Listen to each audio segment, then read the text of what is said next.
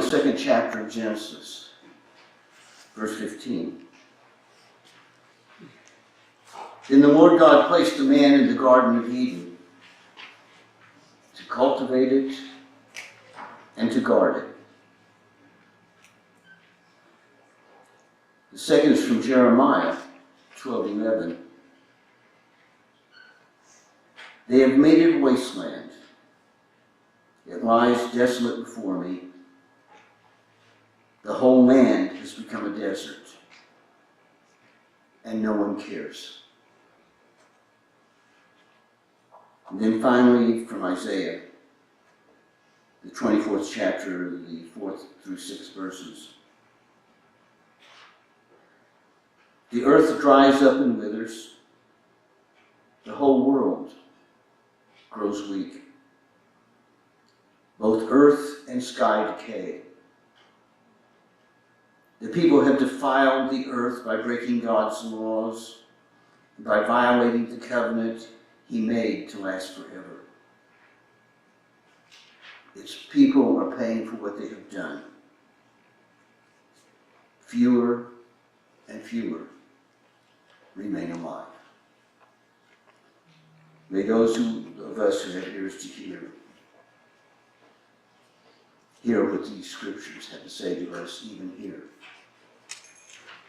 even now. Amen.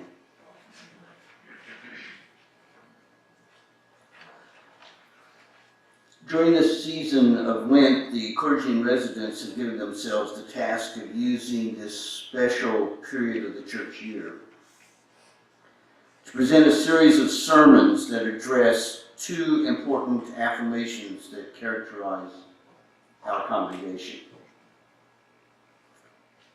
The first of these affirmations is our congregation's mission statement, a statement we present each Sunday in the published service of worship bulletin that each of you now have in this time of worship. And what we affirm in that mission statement is our commitment to, first, affirming the presence of God in all persons. Second, supporting all people in their search for truth and meaning. Third, encouraging spiritual practices that lead to wholeness. Fourth, building a caring community that pursues peace through justice. And fifth, being good stewards of God's creation.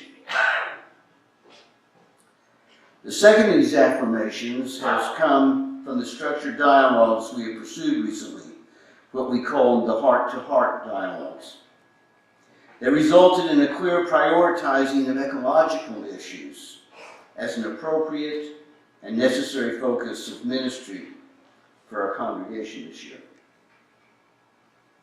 So each Sunday service of worship during Lent, we will have one of the clergy and residents presenting a message that attempts to relate one of our congregation's 5 commitments of mission to the congregation's commitment to be responsive to the ecological crisis of today. As it has come to be, the mission commitment to be articulated as fallen to me is the one that commits us to encouraging spiritual practices that lead to wholeness.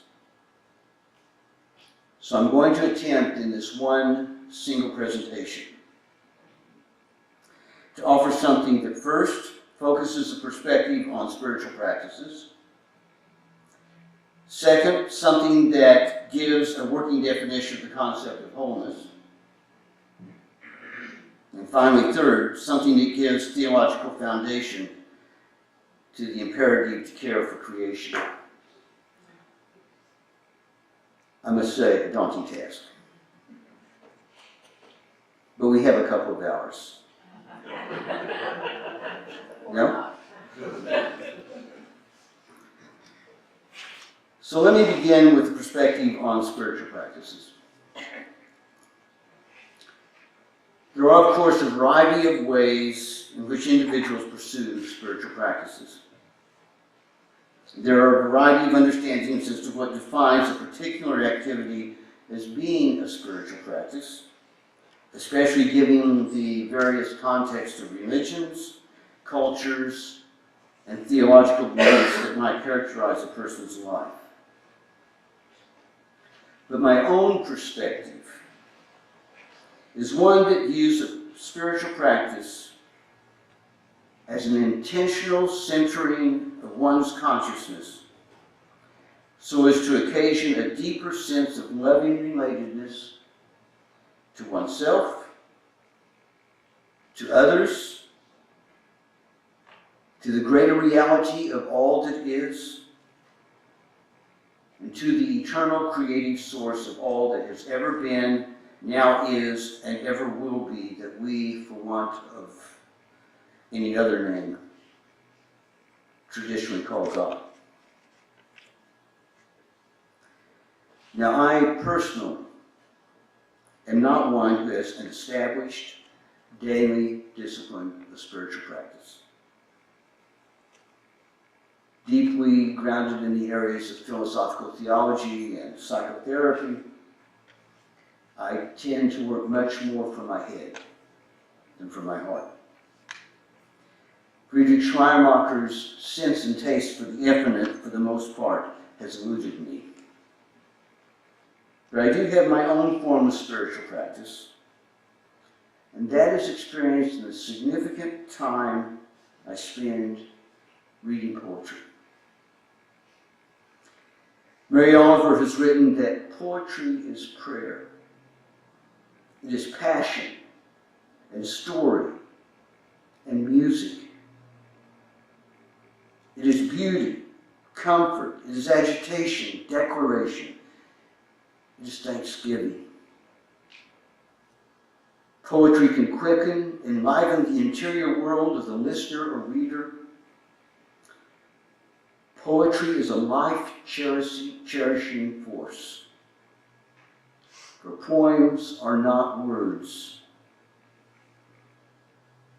but fires for the cold, ropes let down to the lost, something as necessary as bread in the pockets of the hungry.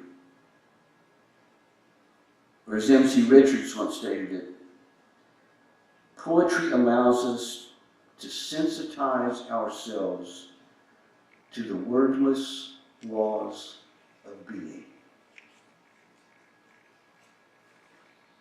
Perhaps M.C. Richards has offered an excellent perspective on the meaning of spiritual practice. Perhaps my own stated perspective on the meaning of spiritual practice would be enhanced by simply saying that a spiritual practice is the intentional centering of one's consciousness so as to sensitize her or him to the wordless laws of being. However we might define spiritual practices, our congregation's mission statement quite clearly commits us not only to encourage spiritual practices, but to encourage spiritual practices, quote, that lead to wholeness. And this in turn calls for an even further discussion of what it means to speak of wholeness. From the perspective of Christian theology, the concept of wholeness has always been contrasted with the concepts of fragmentation or brokenness. Other Christian commentators have contrasted the concept of wholeness with the concept of alienation or estrangement. The more conservative or fundamentalist approach to Christian theology tend to equate wholeness with salvation and contrast wholeness with sinfulness. My own view is that wholeness has to do with at-one-ment, the essential meaning of the word atonement. And since my understanding of spiritual practices focuses on an intentional centering of one's consciousness so as to occasion a deeper sense of loving relatedness to oneself, to others, the greater reality of all that is, and to the eternal creative source we know as God, my concept of wholeness necessarily has to do with the journey toward at-one-ment with oneself, others, the greater reality of all that is, and God. And this gives rise to an appreciation for the essential insight of a meaningful and relevant Christian faith stance. Namely, that the journey to wholeness, or at-one-ment, is grounded in the spiritual practice of living a life of love. Because no experience of relatedness can ever be so complete as an experience of relatedness lived in love. References to love of self and neighbor, even love of the enemy, love of creation, and love of God flow through the scriptures to the point that it becomes impossible to think of anything as being more foundational to Christian faith than living a life of love. God is love, and those who live in God live in love, live in God, the scripture tells us. So in my view of it, the encouragement to pursue spiritual practices that lead to wholeness is at essence the encouragement to live life lovingly, as deeply as one can, in as many ways as one can. Indeed, is the encouragement to make loving one's way of being. But all this is easier said than done. The journey toward wholeness is arduous and often very frightening. In order to love ourselves, others, the greater reality of all that is in God, in order to live in love and to make loving one's way of being, our journey toward wholeness will cause us to travel through and explore sometimes the painful and sometimes the wonderful terrains of our inner selves. The poet Roshani Rea speaks of this in her poem, The Unbroken, where she writes, "There is a brokenness out of which comes the unbroken, a shatteredness out of which blooms the unshatterable. There is a sorrow beyond all grief which leads to joy, and a fragility out of whose depths emerges strength. There is a hollow space, too vast for words, through which we pass with each loss, out of whose darkness we are sanctioned into being. There is a cry, deeper than all sound, whose serrated edges cut the heart, as we break open to the place inside, which is unbreakable and whole, while learning to sing." At essence, the Christian faith affirms that when we move from separateness, brokenness, or fragmentation, our thoughts, feelings, attitudes, and actions to wholeness, we will begin to understand that we are all created in the reality of infinite love. The love that has brought all that is into being. The love that binds each one of us to everything that is in an at-one-ment that can only be sensed but can never be fully comprehended.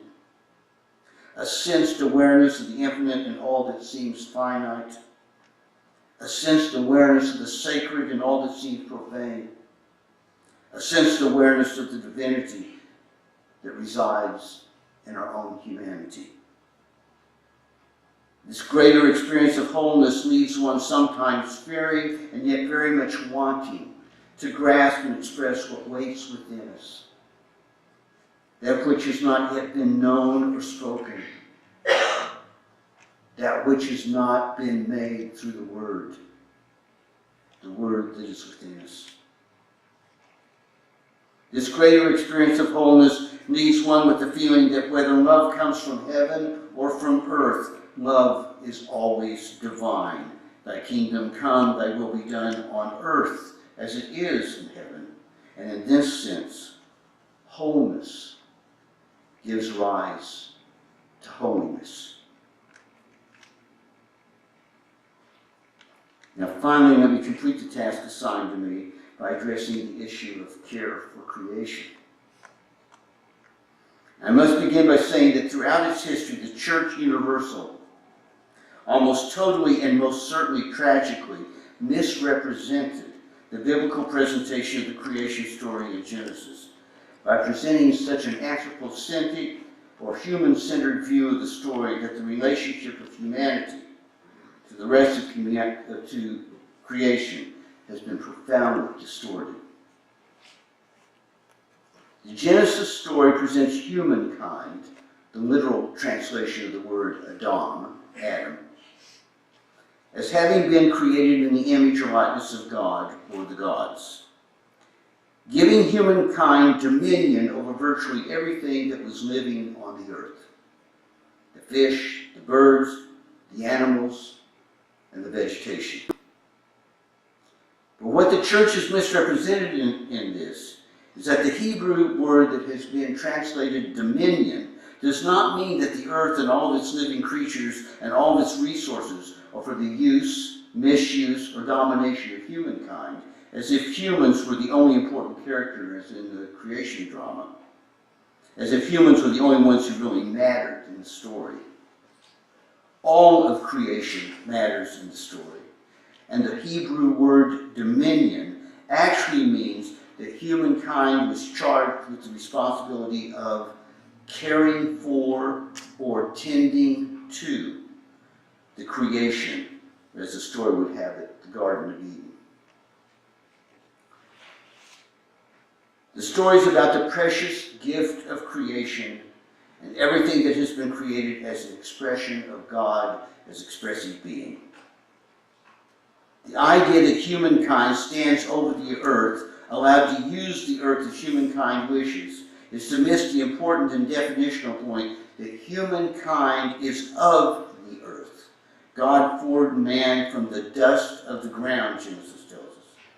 And humankind is the steward of the earth, charged with the responsibility of seeing that the earth and all the creatures that live on earth are able to meet the imperative God gave to those creatures. When he said, every living creature that moves in every kind, the imperative to you is, be fruitful and multiply and fill the waters in the seas and to let the birds multiply on the earth. From the very beginning of the biblical account, God is presented as the creator who seeks a meaningful relationship with all of creation, with the whole creation. The expressive creativity of God in the Genesis portrayal of creation is not ever limited to God's relation to humankind alone. And by the time the unfolding drama of the Hebrew Bible comes to the story of Noah in the 9th chapter of Genesis, God's covenant is explicitly not only with humans, but with, quote, all living creatures, with the rainbow as the sign of the covenant. The tragic failure of humankind is that we, and I say we intentionally, have not yet learned fully to understand that we share in a oneness with all creation, that we are of the earth and not above it, and that our true vocation is to see that the earth's needs are being met, rather than exploit the earth in the deluded idea that earth is here simply to meet whatever we determine to be our needs and wants and pleasures. So now we live in a time we are witnessing what some have called the suffering of creation. A suffering that humankind has caused. The suffering by which humankind's future has now been imperiled. So we are in desperate need of spiritual practices that lead to wholeness. A wholeness that frees us to love ourselves, love all others, love creation, especially our home, the earth, and love the eternal creative source that is God. May it be so.